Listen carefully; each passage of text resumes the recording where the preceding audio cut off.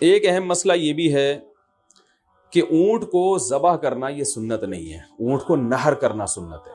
کھڑے کھڑے اس کی ٹانگ باندھ کے نا یہاں چاقو مارا جاتا ہے، اور ایکسپرٹ جو کسائی ہوتے ہیں وہ ایسے زور سے کٹ لگاتے ہیں کہ ایک دم فوارہ نکلتا ہے، اونٹ بہت جلدی ٹھنڈا ہو جاتا ہے۔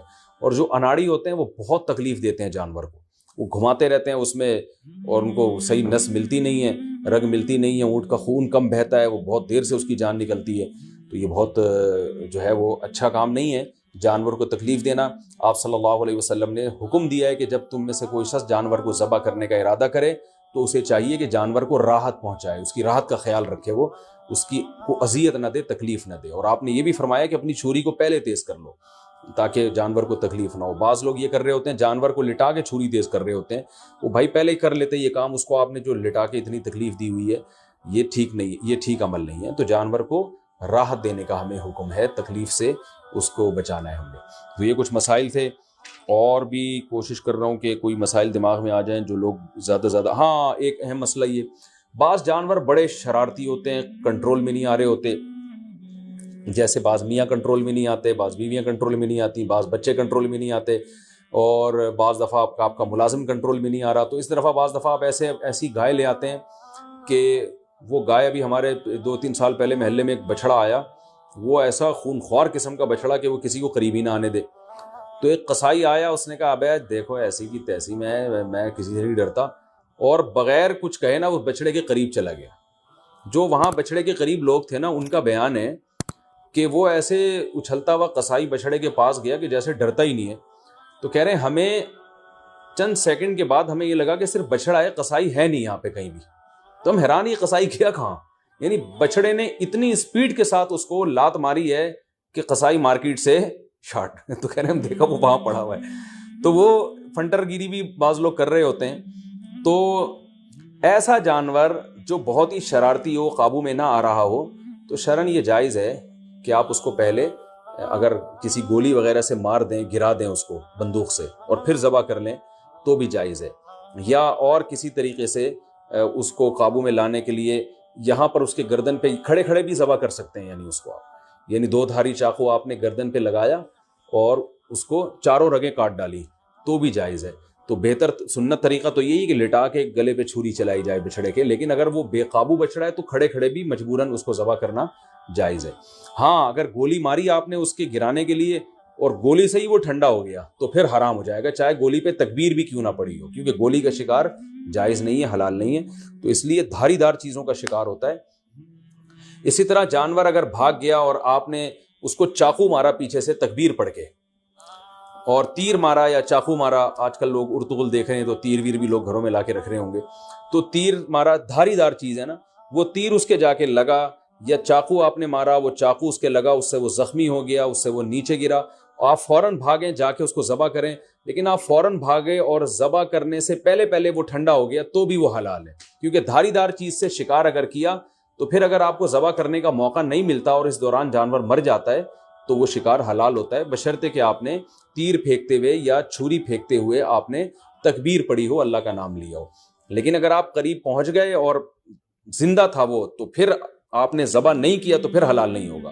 یا آپ نے تیر سے شکار کیا یا چاقو سے شکار کیا اس کا، یعنی نیزہ مارا اس کے اوپر، اور وہ پھر آپ اس کے پیچھے بھاگے نہیں اس کو ذبح کرنے کے لیے، تو بھی وہ حلال نہیں ہوگا۔ یعنی آپ نے اپنی ذمہ داری پوری کی، اس کے باوجود وہ آپ کے پہنچنے سے پہلے ٹھنڈا ہو گیا تو پھر وہ حلال ہے، لیکن گولی کا شکار کسی صورت میں حلال نہیں ہے۔ بلا وجہ جانور کو گولی سے مار کے گرانا یا اسے بے ہوش کر کے ذبح کرنا، یہ بھی مکروہ ناپسندیدہ عمل ہے، اس لیے کہ جانور کو جب آپ بے ہوش کر دیتے ہیں تو پھر اس کو جب ذبح کرتے ہیں تو خون صحیح طرح سے اس کا نہیں نکلتا، جو ذبح کے مقاصد کے خلاف ہے، اور پھر یہ بھی خطرہ ہوتا ہے کہ جانور پہلے ہی نہ مر چکا ہو۔ تو یہ کچھ مسائل تھے قربانی کے۔ اللہ تعالیٰ ہم سب کی قربانیوں کو قبول فرمائے، اور یاد رکھیں بقرعید کے 3 دنوں میں آپ صلی اللہ علیہ وسلم نے فرمایا اللہ تعالیٰ کو جانور کا خون بہانے سے زیادہ کوئی عمل محبوب نہیں ہے، اور آپ نے فرمایا طیبوا بہا انفسکم، خوش دلی کے ساتھ قربانی کیا کرو۔ اور یہ بہت افسوس کی بات ہے، آج ہمارے یہاں جب جانور کو ذبح کیا جا رہا ہوتا ہے لوگ شور مچا رہے ہوتے ہیں، اچھل رہے ہوتے ہیں، سیٹیاں بجا رہے ہوتے ہیں، یہ بالکل بھی ٹھیک نہیں ہے۔ یہ ایک عبادت ہے، ابراہیم علیہ السلام جو اللہ کے خلیل تھے ان کی سنت ہے، تو عبادت کو عبادت والے انداز ہی میں کیا جائے گا۔ اس وقت ذکر کرنا چاہیے، اللہ کا نام لینا چاہیے، دل میں دعا مانگنی چاہیے کہ اللہ ہمارے اس عمل کو قبول فرما۔ سیڑیاں بجانا اور ہوٹنگ کرنا اور ایسے اچھلنا یہ بہت بالکل نامناسب حرکت ہے۔ وہ کوئی وہ انٹرٹینمنٹ کا کوئی شو نہیں ہو رہا، وہ بلکہ ایک عبادت ہو رہی ہے اللہ کے لیے۔ ایک اپنے مال کو آپ، ایک نفیس مال کو اور ایک جان کو آپ قربان کر رہے ہو اللہ کی خاطر، تو عبادت ہی ہونی چاہیے۔ اور اس وقت دعا پڑھنی چاہیے، انی وجہت وجہی للذی فطر السماوات والارض حنیفا وما انا من المشرکین۔ یہ دعا کسی کو یاد نہ ہو تو ویسے ہی زبان سے کہہ دے، اللہ یہ میری طرف سے، اور میں نے تیری طرف رخ کیا، اور یہ میری طرف سے صرف تیرے لیے قربانی ہے، اور تیرے خلیل ابراہیم علیہ الصلوۃ والسلام کی سنت کو میں زندہ کر رہا ہوں۔ یہ دل میں نیت کر لے، زبان سے اچھے الفاظ کہہ دے کہ اللہ تو میری طرف سے قبول کر لے اس کو۔ تو یہ الفاظ کہنے چاہیے، دعا مانگنی چاہیے کہ اللہ اس کو قبول فرما لے۔ تو یہ ہے قربانی کا گوشت اسٹور کتنے دن کر سکتے ہیں؟ جتنے دن چاہیں، فریج جب تک آپ کی اجازت دیتا ہے۔ البتہ میں ایک چٹکلا سناتا ہوں۔ وہ ایک آدمی نے اپنا بکرا دیکھا، جنت میں ٹہلتا ہوا نظر آ رہا ہے، بکرا ذبح کیا تھا نا اس نے، لیکن اس بکرے کی ایک ٹانگ جو ہے نا وہ نہیں تھی۔ تو اس نے بکرے سے پوچھا، بھائی تیری ایک ٹانگ کہاں ہے؟ تو اس نے کہا وہ ابھی تک تیرے فریج میں رکھی ہوئی ہے، 6 مہینے ہو گئے ہیں، ٹھیک ہے نا، وہ یہاں پہنچی نہیں ہے۔ تو اسٹور بھی کر سکتے ہیں، لیکن اتنا اسٹور نہ ہو کہ جو ہے وہ آپ 6 7 مہینے، وہ گوشت کا ذائقہ بھی چینج ہو جاتا ہے۔ کھائیں بھی کھلائیں بھی، اللہ تعالیٰ کو کھلانے والے بھی پسند ہیں۔ اور قربانی میں تو اللہ تعالیٰ نے ہمیں روزے کو حرام کر دیا بقرعید کے دنوں میں، اسی وجہ سے حرام کر دیا کہ ہم تاکہ قربانی کا گوشت استعمال کر سکیں۔ تو قربانی کا گوشت کھانا بھی سنت ہے۔ آپ صلی اللہ علیہ وسلم نے 60 اونٹ اپنے ہاتھ سے نہر کیے تھے، اور روایت میں ہے کہ ہر اونٹ سے کچھ نہ کچھ گوشت آپ صلی اللہ علیہ وسلم نے چکھا تھا۔ تو اس لیے مبارک گوشت ہے، اللہ کی طرف سے ضیافت ہے۔ اللہ تو بھائی دال چاول بھی کھلا رہا ہو اپنی طرف نسبت کر کے تو بھی بڑی چیز ہے وہ، اللہ ہمیں گوشت کھلا رہا ہے۔ تو یہ وہ گوشت نہیں ہے جو پورے سال ہم کھاتے ہیں، یہ وہ گوشت ہے جو صرف 3 دن اللہ اپنی طرف سے ہمیں اپنی طرف نسبت کر کے ضیافت کرتا ہے کہ میری طرف سے یہ تمہاری ضیافت ہے۔ بڑی مبارک چیز ہے۔ اللہ تعالی ہم سب کو سمجھنے کی، عمل کرنے کی توفیق عطا فرمائے۔ وما علینا الا البلاغ۔ ایک اور مسئلہ رہ گیا کہ قصائی کو گوشت کی اجرت کے طور پہ دینا جائز نہیں ہے۔